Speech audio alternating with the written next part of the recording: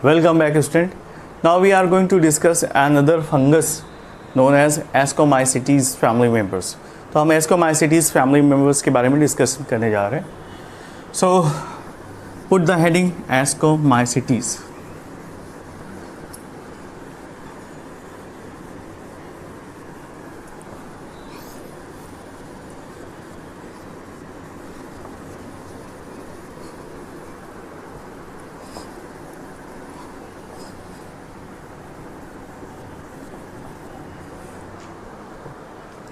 Ascomycetes को हम normally sac fungi कहते हैं क्योंकि इनका जो स्ट्रक्चर है वो सैक जैसा होता है.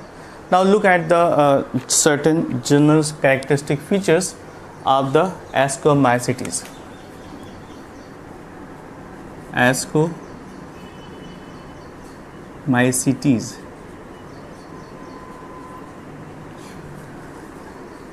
इसको हम एस्कस या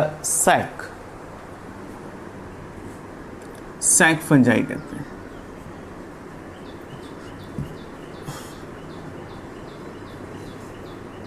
okay, now look at the general characteristic features. First, its mycelium is septate. यहाँ पर जो माइसीलियम पाए जाते हैं उनमें सेप्टा प्रेजेंट होता है. They are branched except yeast. Yeast के अलावा जितने भी पाए जाते हैं इनमें ब्रांचिंग अवेलेबल होती है. राइट, यूनिसेलुलर होते हैं east and it is a monokaryotic. यहाँ पर सिर्फ और सिर्फ एक ही न्यूक्लियस पाया जाता है पेंसिलियम के केस में. और कुछ ऐसे हैं जो टेम्पररी फेज के लिए डाइकैरियोटिक सेल्स या डाइकैरियोटिक फेज पाया जाता है.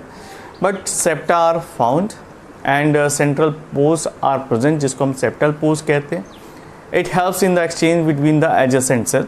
वो आदान प्रदान के लिए ओपन होता है. But mostly they have single nucleus condition. Uninuclear या यूनिसेलुलर कंडीशन में सिर्फ ईस्ट पाए जाते हैं.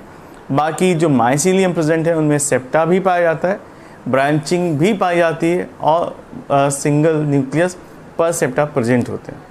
राइट, तो this is the first condition. Mycelium is septate.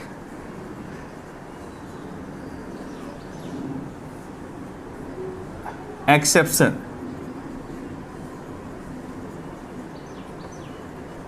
Yeast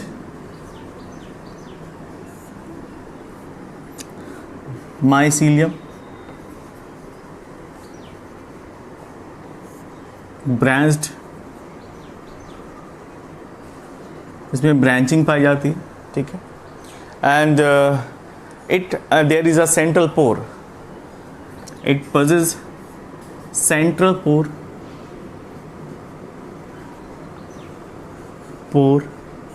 for the exchange of material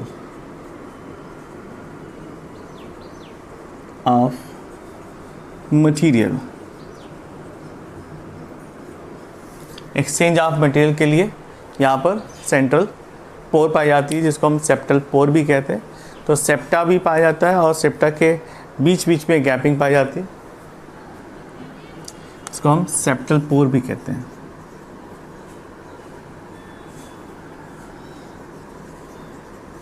pour. Next point, the cell wall contains chitin और fungal cellulose. जो cell wall होती है वो काइटिन की बनी होती है या फिर fungal. The cell wall is made up of fungus,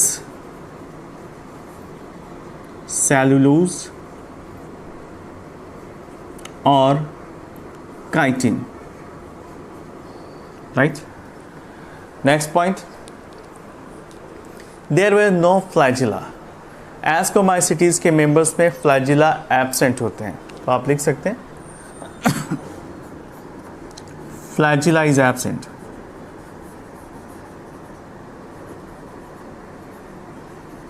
not found. Next point, they have a asexual mode of reproduction. Which is takes place by the conidia formation.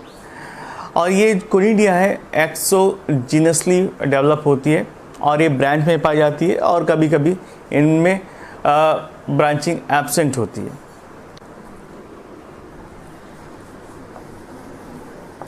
Flagella नहीं पाए जाते इस फैमिली, इस क्लास के members में।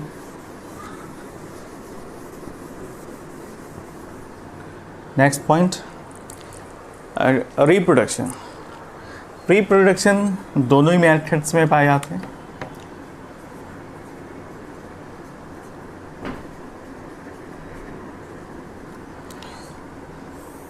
both asexual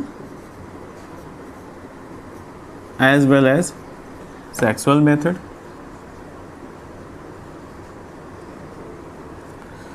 In the asexual method, as I told you earlier, conidia का formation होता है, तो यहाँ कोनिडिया लिख सकते हैं, कोनिडिया फॉर्मेशन। और कोनिडिया का जो डेवलपमेंट होता है वो होता है एक्सोजिनसली।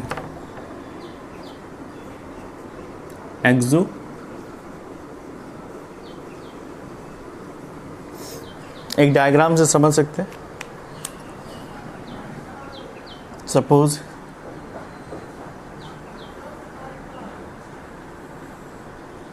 दिस इज द स्ट्रक्चर और यहाँ पर जो कोनिडिया का फॉर्मेशन होगा ये आउटसाइड इस तरह से डेवलप होते हैं।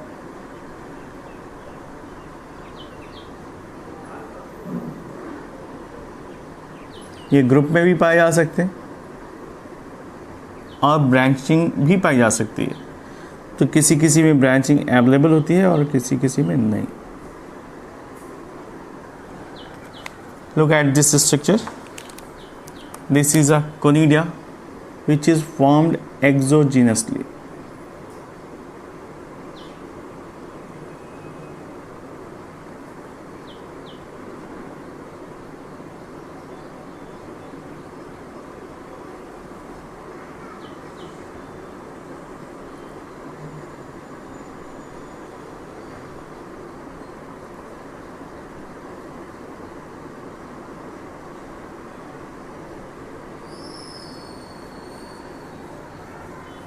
Right, this is a conidia। Conidia और जिसके ऊपर ये पाया जाता है उसे हम कोनिडियोफोर कहते हैं।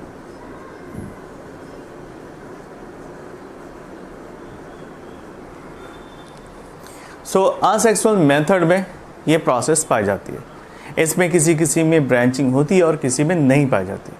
Now look at the sexual reproduction. Sexual reproduction में कई ब्रांचेस हैं, यानी अलग अलग एजेंसीज के थ्रू यहाँ पर सेक्सुअल रिप्रोडक्शन पाया जाता है। वन बाई वन देखते हैं। फर्स्ट है फर्स्ट प्रोसेस जिसको हम कहते हैं गैमेटेंजियल कॉन्टैक्ट प्रोसेस।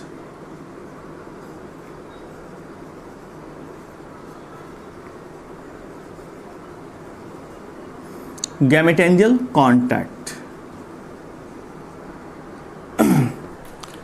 गैमेटेंजियल कॉन्टैक्ट के थ्रू जो गैमेट्स हैं वो पास पास आते हैं और इसमें एक्सचेंज ऑफ मटेरियल हो जाता है और इस तरह से सेक्सुअल रिप्रोडक्शन पाया जाता है।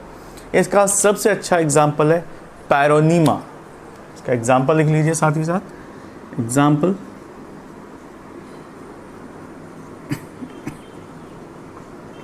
पैरोनीमा।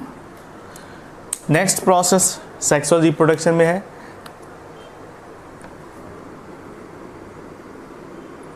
बी, इसको हम गैमेटेंजियल कैपुलेशन कहते हैं।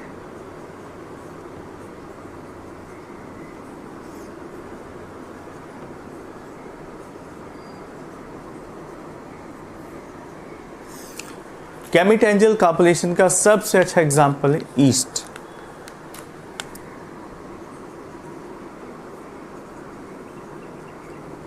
नेक्स्ट प्रोसेस आती है जिसका नाम है स्पर्मेटाइजेशन।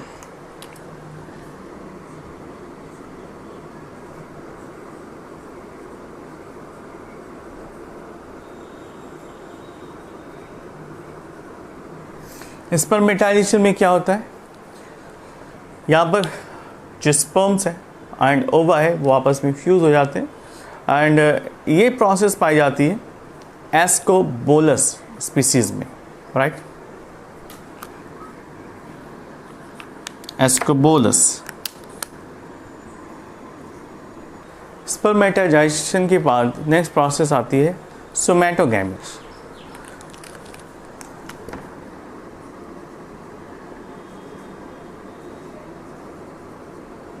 सोमैटोगैमी। सोमैटोगैमी का सबसे अच्छा एग्जाम्पल है पिज़ाइजा।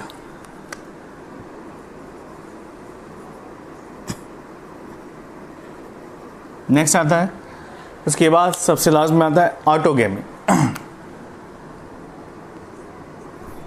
Autogamy. So these are certain way of sexual reproduction. First is gametangial contact. दूसरा आता है gametangial copulation process. Third spermatization process. And fourth somatogamy and last है autogamy. ये सारे types of reproduction आपको पहले ही सही बताए जा चुके हैं. So these are certain examples which are helpful in the different examination. Now let's see apart from the sexual reproduction. Sexual reproduction के बाद की process क्या होती है? There is a gap between the plasmogamy and karyogamy. Plasma जब fuse होता है तो प्लाज्मोगैमी कहते हैं, और जब न्यूक्लियस का फ्यूजन होता है तो उसे हम कैरियोगैमी कहते हैं. At this time of new transitional phase, it appears in the cell's life cycle of the dikaryote. जब ये प्रोसेस चल रही होती है, यानी प्लाज्मोगैमी एंड कैरियोगैमी प्रोसेस के बीच, तो ये ट्रांजिशनल फेज होता है जिसमें आपको दो न्यूक्लियस एक ही सेल के अंदर दिखाई पड़ते हैं, जिसे हम कहते हैं dikaryophase. The latter has two type of nuclei. यहाँ पर दो तरीके के न्यूक्लियाई प्रेजेंट होते हैं, जिसको हम n+n कंडीशन कहते हैं, right. n+n, just like that. Dikaryon phase, n+n condition.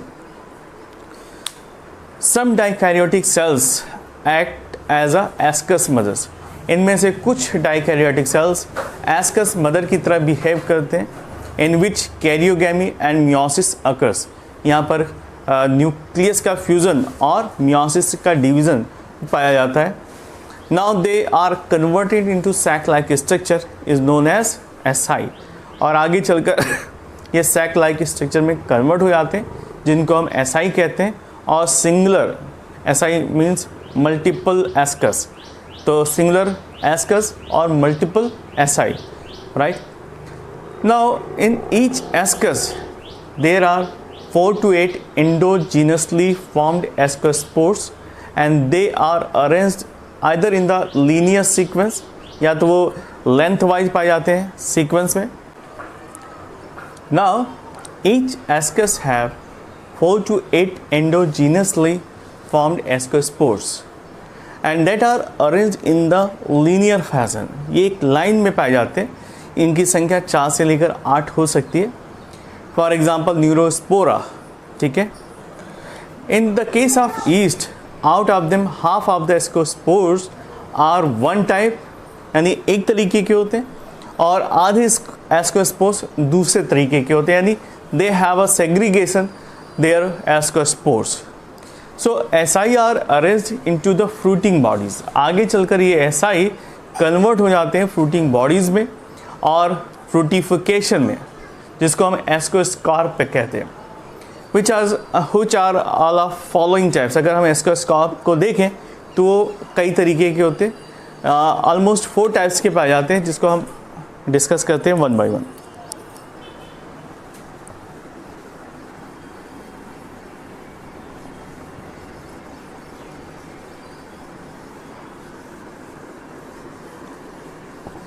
Now division of asco, जिसको हम फ्रूटिंग बॉडीज़ कहते हैं, इसी को एस्कोकार्प भी कहते हैं. तो लेट्स सी एस्कोकार्प कितने टाइप के पाए जाते हैं. एस्कोकार्प का डिवीज़न करते हैं.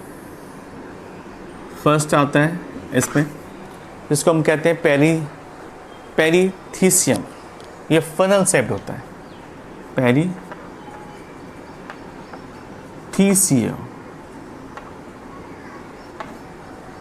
पेरीथीसियम के केस में क्या होता है, it is a flask shaped ascocarp.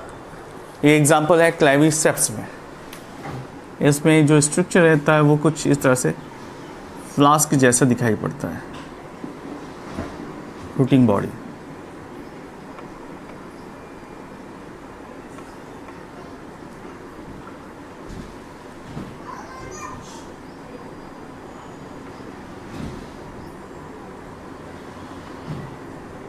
Right,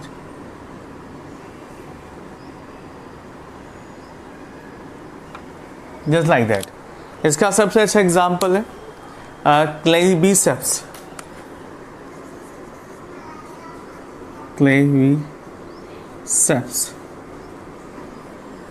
right. Next आता है एपोथीसियम।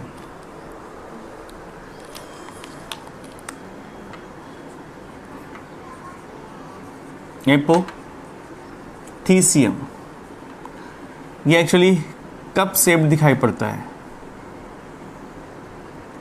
तो इसको हम क्या कहते हैं, कप शेप्ड स्ट्रक्चर।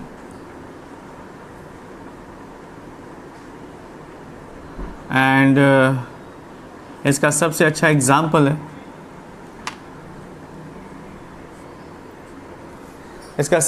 एग्जाम्पल है, पेजाइजा। पेजाइजा।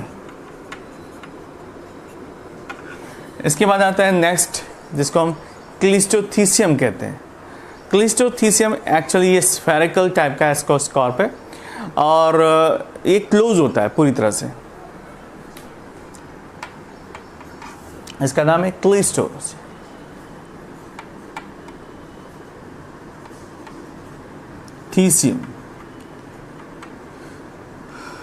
It is approximately round shape structure और ये पूरी तरह से क्लोज होते हैं, कोई चांस नहीं होता।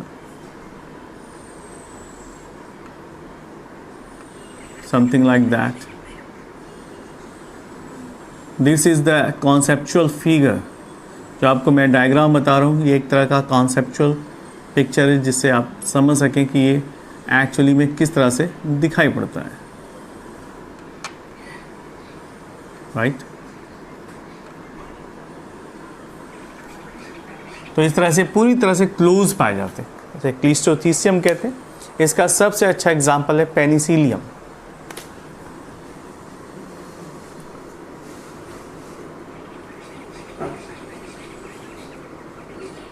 And in the last there is a एस्कोस्ट्रोमा।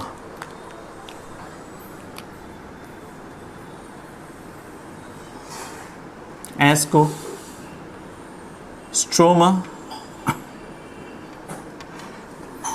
It is a cushion like, और इसका एग्जाम्पल है प्लियोस्पोरा।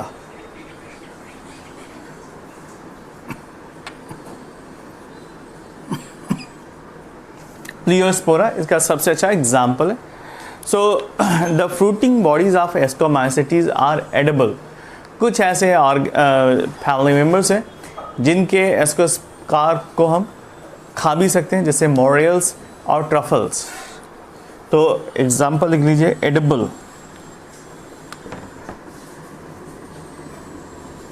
Edible fruiting bodies.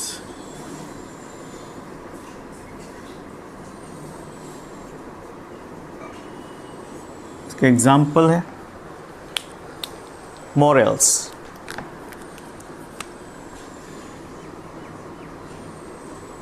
दूसरा एग्जाम्पल है truffle.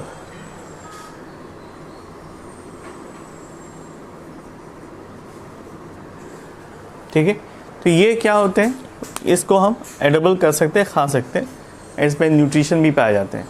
Now look at the economic importance of ascomycetes.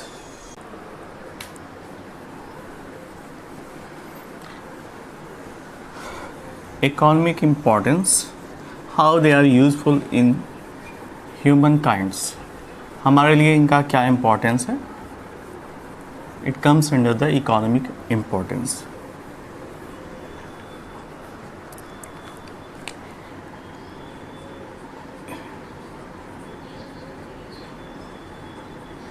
economic importance.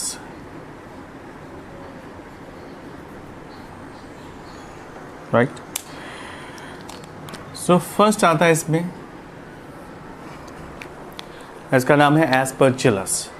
Aspergillus को हम ब्लैक या फिर ग्रीन मोल्ड भी कहते हैं. एस्परजिलस.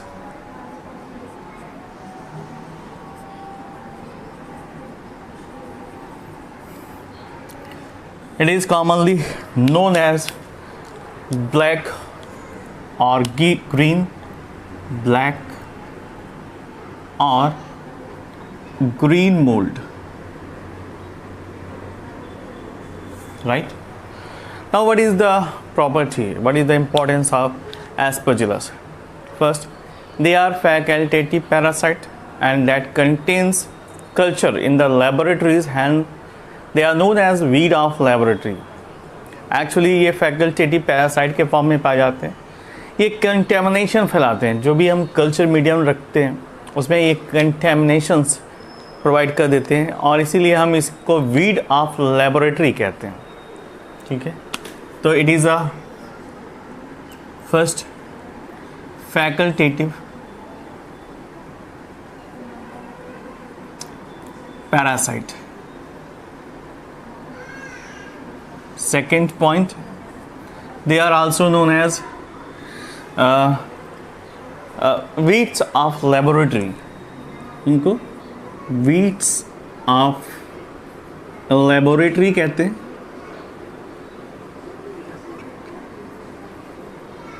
क्योंकि ये जो भी वहाँ पर रखे होते हैं कल्चर उसको कंटेमिनेट कर देते हैं. तो बिकॉज ऑफ दिस प्रॉपर्टी इनको वीड ऑफ लेबोरेटरी कहा जाता है और इनकी वजह से एक ख़ास डिजीज़ होती है जिसको हम पल्मोनरी डिजीज़ कहते हैं, एस्परजिलोसिस. तो ह्यूमन बींग्स में ये डिजीज़ काज करते हैं. डिजीज़ इन ह्यूमन बींग्स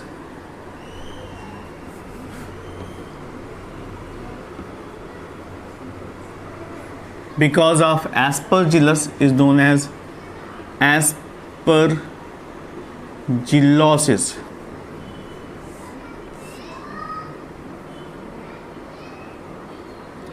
इनकी वजह से एस्परजिलोसिस होता है. ठीक है. और ये एक तरह का पल्मोनरी यानी श्वास से संबंधित बीमारी है. Right. Aspergillus फ्लेवस, it is formally, इसको हम पहले ग्वाइना पिग कहते थे या ग्वाइना पिग ऑफ प्लांट किंगडम कहते थे. It produces a carcinogens toxin जिसको हम अल्फा टॉक्सिन कहते हैं. एस्परजिलस फ्लेवर्स ये काफ़ी ज़्यादा ख़तरनाक होते हैं और इनकी वजह से कैंसर भी हो सकता है. राइट. तो लिखते हैं Aspergillus फ्लेविस.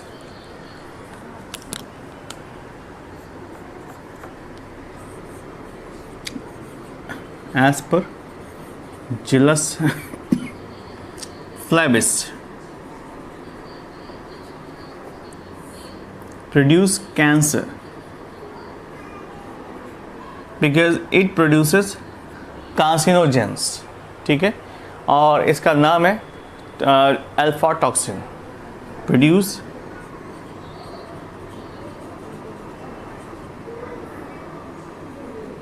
Alpha toxin which is toxic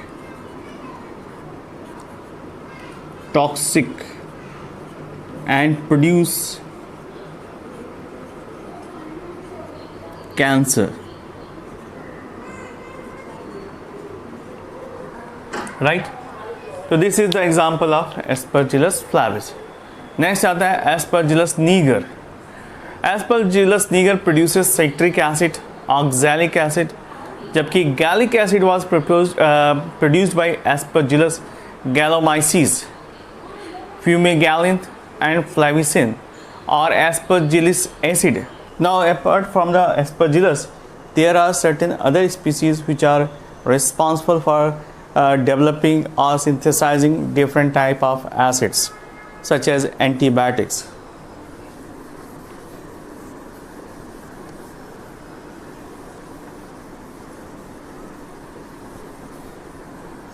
Next species which is known as Aspergillus niger. Aspergillus niger. It produces citric acid and oxalic acid.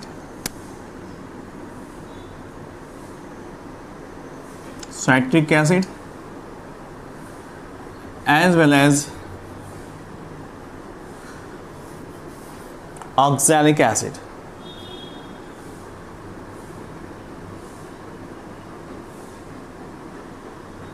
Next example, Aspergillus gallomyces.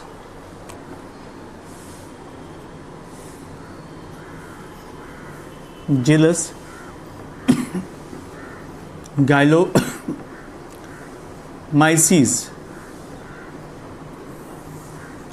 It produces very famous gallic acid. Gallic acid. Next, apart from that, Aspergillus fumigatus.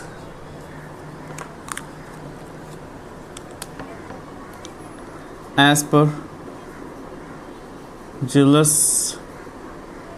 fumigatus.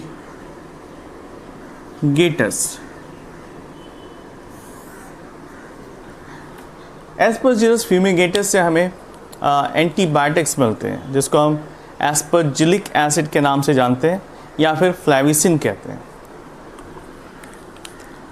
फ्लैविसिन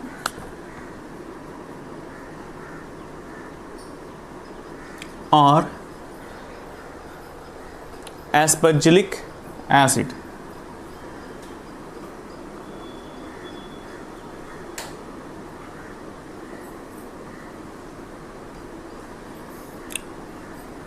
इसका इस्तेमाल as a antibiotic की तरह किया जाता है. Antibiotic.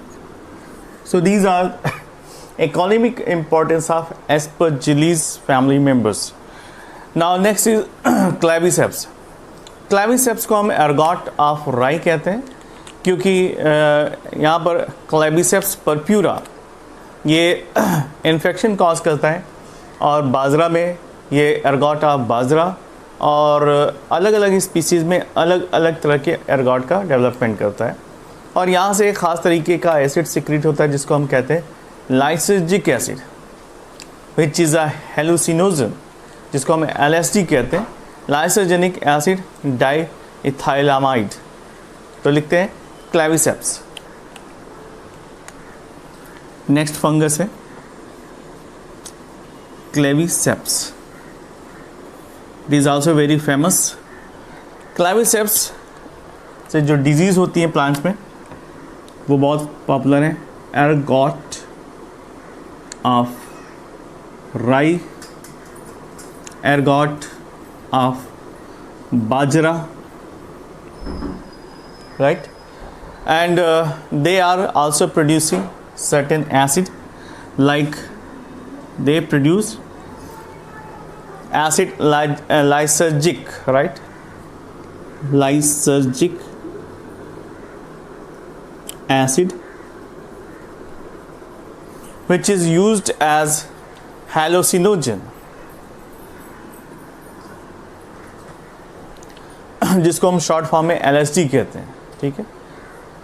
Next आता है Neurospora, जिसको हम पिंक ब्रेड मोल्ड कहते हैं, और न्यूरोस्पोरा क्रैसा को हम ड्रेसोफिला प्लांट किंगडम कहते हैं, जो कि न्यूरोस्पोरा पर सबसे ज़्यादा जेनेटिक्स में एक्सपेरिमेंट किए गए हैं. तो it is a tool for the genetic study, Neurospora.